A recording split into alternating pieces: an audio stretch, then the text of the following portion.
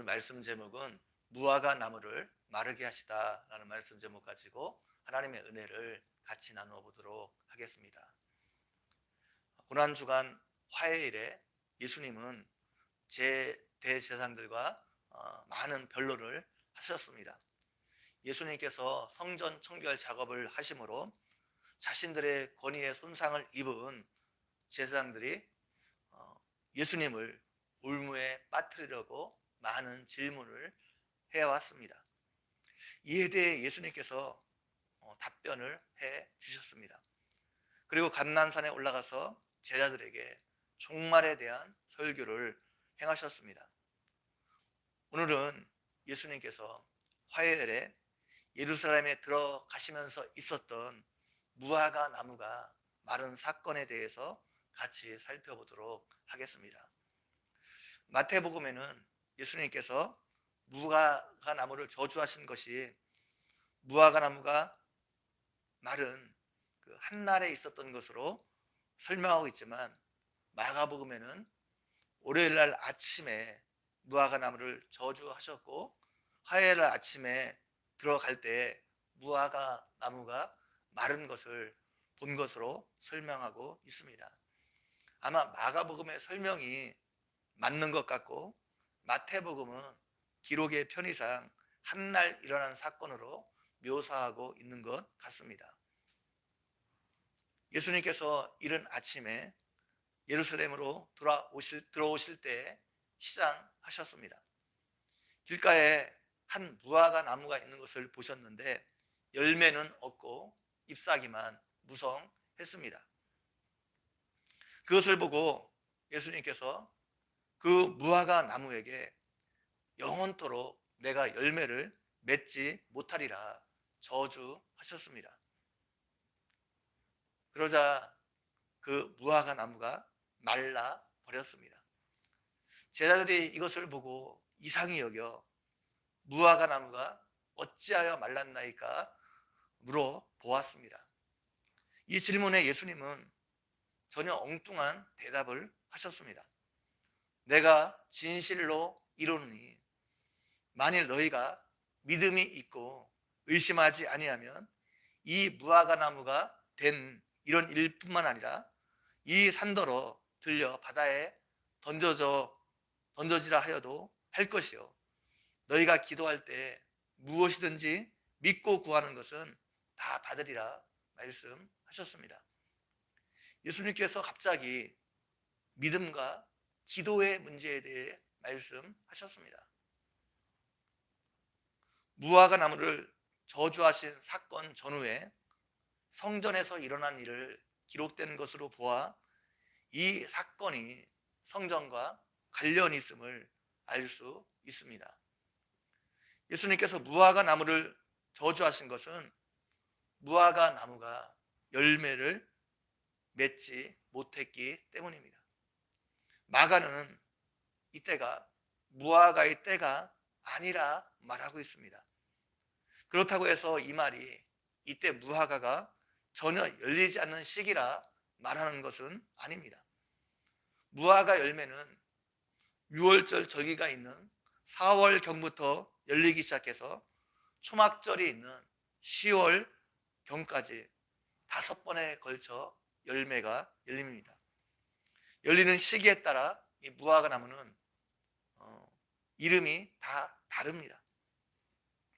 첫 번째 열리는 열매를 파게라 말합니다.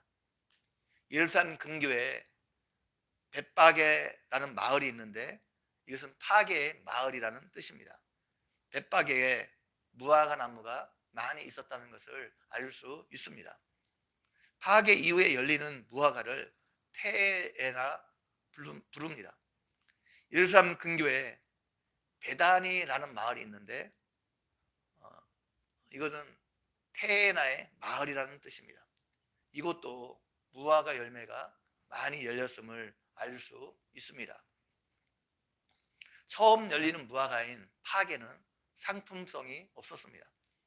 그래서 다른 사람에게 팔기에는 적당하지 않았습니다.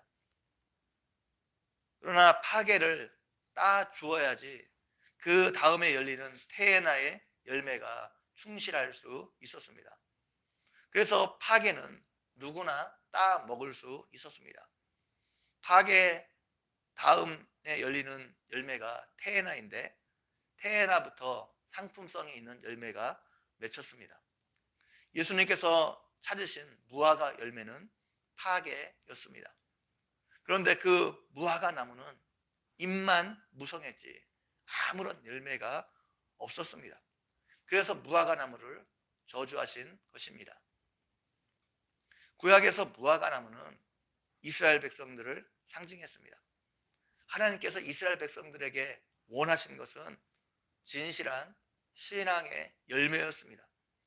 그런데 그 열매가 이스라엘 백성들에게 없었습니다. 예루살렘 성전에서는 여전히 하나님께 예배가 드려지고 기도가 드려지고 있었습니다. 그런데 그것은 하나님을 섬기는 행위가 아니었습니다. 어제 살펴본 것처럼 제사장들은 예루살렘 성전을 하나님을 예배하고 기도하는 것이 아닌 장사하는 곳으로 만들어 버렸습니다. 자신들의 돈벌이를 위한 도구로 생각했습니다. 예루살렘 성전에서는 여전히 하나님을 향한 제사가 드려졌습니다. 외적인 모습은 하나님을 섬기는 것처럼 보였습니다. 여전히 제사가 드려지고 기도가 드려지고 있었기 때문입니다. 그런데 그런 모습은 하나님이 원하시는 모습이 아니었습니다. 무화과 나무가 잎은 무성했지만 열매가 없는 것처럼 이것은 이스라엘 백성들의 모습을 상징하고 있었습니다. 열매 없는 무화과 나무가 말라 버린 것처럼 하나님이 찾으신 열매를 맺지 못하는 이스라엘 백성들도 성전과 함께 멸망당할 것을 보여주고 있습니다. 이후에 행한 예수님의 그 감난산 설교에서 예루살렘 멸망을 예언하셨습니다. 입술로만 하나님을 존경하는 유대인들에 대한 심판을 무화과 나무가 마른 것을 통해 미리 보여주고 있는 것입니다. 실제로 AD 70년 유다는 완전히 망했고 예루살렘 성전은 파괴되었습니다. 유대인들은 성전에서 드리는 기도를 하나님께서 들으시고 응답해 주신다 생각했습니다. 예수님은 성전에서 드리는 기도가 응답되는 것이 아니라 믿음으로 드리는 기도가 응답받는 시대가 올 것임을 오늘 본문을 통해서 말씀하고 있습니다. 만일 너희가 믿음이 있고 의심하지 아니하면 이 무화과 나무에게 된 이런 일을 할 뿐만 아니라 이 산더러 들려 바다에 던져지라 하여도 될 것이요 너희가 기도할 때 무엇이든지 믿고 구하는 것은 다 받으리라 말씀하고 있습니다.